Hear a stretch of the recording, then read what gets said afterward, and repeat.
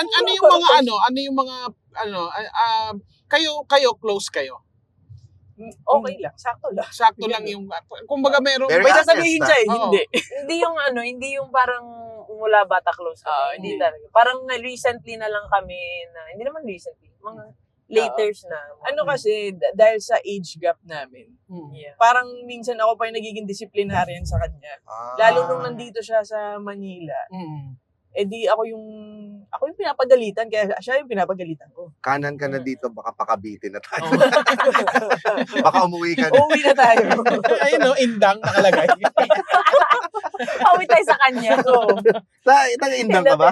Hindi, Gen 3. Gentry. Kumbaga ano naman yung minsan nagiging bonding yung dalawa. Music. Oo, music. Kahit ikaw, kape. nakanta ka rin. Oo, kumakanta. Talaga? Yes. Hindi kami nagpapasample dito pero gusto ko sana namin siyempre siya mag-sample pero baka Siya na lang mag-volleyball, ikaw na lang parang kumanta. gano'n, parang at least Magpalit muna. talaga yung Oo, volleyball makita siya. Switch muna tayo. Makita lang namin. Anong madalas mo kinakanta? Wala masyadong kinakanta kasi puro volleyball nga ako lately. Ayaw niya. Ay, pinapakinggan, Sige, ano na lang. Mga Ano ba? Sabrina Carpenter. Hindi, pag kasi pinagpapasample ako, nawawalan ako ng Confidence. Hindi na. Nawawala ng kanta sa isip. Oo. Ay, Hindi ko ganun na alam pa yung rin. lyrics. Oo. yung Ganun tayo sa joke, di Oo, ba? ganun Joke ka din. naman, ganun. Siyempre mararatil ka bigla Huwag eh. joke ano. Anong pinakinggan mo bago ka pumunta dito? Sa Kasta. Kasta. Since day. Wala namang puro rap kasi yun. Yung kanta niya yung Sa kanya ba yung kalimutan mo na yan? Ay, Hindi. isang buo sila. XB yun. Pero yung Ano yung ikaw pa rin ang baby ko. Ang baby ko. Oh, yun. Ayan. Magpatugtog na lang tayo. Pwede ba yun? Baka Hindi ma-plug ata. tayo sa Ay, YouTube. Oo, maano. Pero yun yung mga type ng music na pinapakinggan mo ngayon. Oo, Skasta. Tsaka yung mga yung mga TJ, Montete, syempre. Payangsta na pala to eh. Yeah. Di ba? Ang youngster na ng Antipolo. Youngsta na. Ayan. No. Duh. Anong instance na yung nagpaka-ate ka kay kami? Pag pinagagalitan ko siya. Ano ba? Tsaka ano ba? pagka syempre, pag may kailangan siya, tsaka, yun, minsan ako yung nagpo-provide nun. Nung time na, syempre, hindi pa siya kumikita. So, gano'n, financially, tsaka, ayun, pagka may problema siya, pagagalitan ko muna siya. Love life, Ben. Oo, yun. Yeah. Recently nila yung sa Love Life. Ah. Pero before talaga yung pag may ano ba? Wala Diyos namang ko, ano eh. may isang beses, oh. Yan. Ayan, teka lang. Pasok na upuan. Sige, okay lang. Okay lang ko doon. Biglang nag-message siya akin. Ate, may kakilala ka ba siya? Nagpapareto? Hindi. May pinapaayos. Ay, sauce! Ay, pinapaayos. Kasi, parang nag-away yata siya ng partner niya yun. Tapos, parang medyo nag-road rage siya, ganyan. Eh di, syempre, nabadrip ako kasi pag nadisgrasya siya, wala na akong kapatid. Tomboy. Apat nga pala sila. Kailangan mag-specific. Yes. So, edi, grabe, galit na galit ako sa kanya. Eh, umiyak na siya dahil, ewan ko, siguro, na ano na yung, okay lang mong state. Oh, go. Straight ka ba? Hindi. Maging straight ng lahat, wag lang ako. Walang magpa-factory reset. Okay, not today. Okay. Not ever. Tapos, ayun, syempre, nasa Cavite kami noon. Ha? Cavite Yes. ka ba nun? Galing kaming Cavite. Nag-drive ako papunta sa'yo sa Antipolo. Para i-comfort Tandang-tanda. Oo. Tandang-tanda. Paano. Ayun.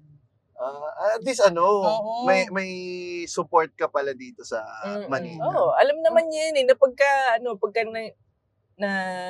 napapahamak siya. Oo. Ang galing, ginagampanan mo pa rin yung trabaho mo bilang Kasi mas sa matanda naman, kanya. parang hinahayaan niya ako mag-decision for myself. Mga ganun. Wala na siya dun sa kasi parang feeling niya, okay ka na, kaya mo na yan, ganyan. Tawag mo na ako pag kailangan. Alalay Parang lang siya. ganun. Oo, ganun. 24 ka din. Oo. So, ayun, pwede patulog. Nakabangga ng motor, ako pa nagbayad. Siyempre, baguhan ka palang mag-drive nun, di ba? So, Oo. parang, ang dami ka pang masasanggi, ang dami ka pang award talaga. Hindi, nabangga mo siya kasi ngayon nga, nag-away kayo. Hindi yun nag-away. Nakatingin ako sa orasan nung time na yun. Kasi sa stoplight yun eh. Tapos tiningnan ko kung nag-chat yung GC namin. Open lang, ganyan. LTO, joke lang daw yun. Oh, Joke dahil- lang Yun siya. ah. Hindi po siya nag-road rage. Ah, Huwag niyo pong kunin yung ano niya. Ano lang, ang road race lang niya yung talagang iyak lang. Oo. Ang hirap nun pag sa kotse. Oo, isa. Ano? Ay, hindi yun road rage. Hindi kami nagkikibuan nga nung time na yun eh. Tapos, sa stoplight yun. And then, nung nag-open yung CP ko, kasi may chat yung sa team namin. Tinignan ko, tapos tinignan ko ng oras. Dandan kong nirelease yung brake. Ayun, hindi siya yung bangga. Yung parang natulak ko lang yung motor. Kasama mo sa kotse, yung si partner mo. Ang hirap nun. Ang hirap. Nag-away. Tapos doon niya ako inaway. Oh. Doon na yung nag-away kami kasi nga nakasanggi na ako. Pero hindi yun siya bangga na bangga. Parang natulak ko lang yung motor. Ang pinakamahirap pa naman, pag nag-away kayo ng partner mo sa kotse. Oo. Sorry, dinig ko yun. Sa kotse. Pero totoo Alam ko yun. yung lunch mo. Ayan, pareho naman tayo lang. Parang Tokatsu naman. Parang ano? Sorry. Pero ang hirap no, ayun ang pinakamahabang biyahe. Oo. kasi pwede tahimik lang eh. Tahimik. Silent treatment. Alam mo na may tension, di ba? Yes. Ayaw mo rin naman na magsalita ng masama kasi baka kasi tahimik Oo. na kayo eh, di ba? Tahimik lang. Tapos Quiet. yung pagsara niya pa ng pinto, medyo Medyo pasira na yung pasira na, pinto. wait lang naman, hindi pa bayad to. Pag ikaw pa, Wait lang, yung pinto. pag ikaw pa naman yung nagdadrive, sobrang kapal ng pisngi mo dito sa kanan. Parang, ang kapal ng tension. Parang, ito lang yung part na mainit. Hina ng thermostat dito. May mga ways kayo nun sa mga partners nyo kung paano i-break yung tension. Paano? Ako, magaling kasi ako maglambing. Ayan. Oh, ito nga nilalambing Oo, ko in eh. fairness sa kanya. Sabi ko, jowa ko din siguro tong kapatid. Ate. Dati talaga kasi nung nagkatampuhan kami, talaga nito suyo eh. Umagang-umaga, kasi ako yung morning person. Kasi nga syempre pag athlete ka, laging gigising umaga, magte-training, gano'n. So pag uuwi ako sa kanila, tampuhan, may breakfast in bed naman talaga. Tapos Nice. malinis yung condo niya. Ako naglilinis ako, nag-aaral doon. Paano kasi? Nabawi. Hiniram niya yung maleta ko. Hmm. Pagbalik sa akin, puno ng ipis. Ay, Hindi kasi Diyos dorm ko. yun. So kahit anong, parang yung nakwento mo sa condo. Sa dorm kasi yun, hindi niya kasi yung dorm usually sa mga kahit malinis ka doon, grabe talaga pag may hindi ka mahawakan dyan, talagang Pupuntahan pamumugaran. talaga. So, ibig sabihin, Oo. hindi mo siya binuksan at nilinisan bago mo binalik sa Ayun. Hindi na, Huwag na ko na natin yun, pag-usapan yun. nataktak ko na yun sa lagay na yun. Galit ng ate. Sa mga athlete na nakadorm dyan, alam nyo to na kahit ilang taktak nyo pa dyan, day, pagka mamaya meron pa din yan, nakasiksik. Sige na. Catch us every week on YouTube, Spotify, or wherever you listen to podcasts.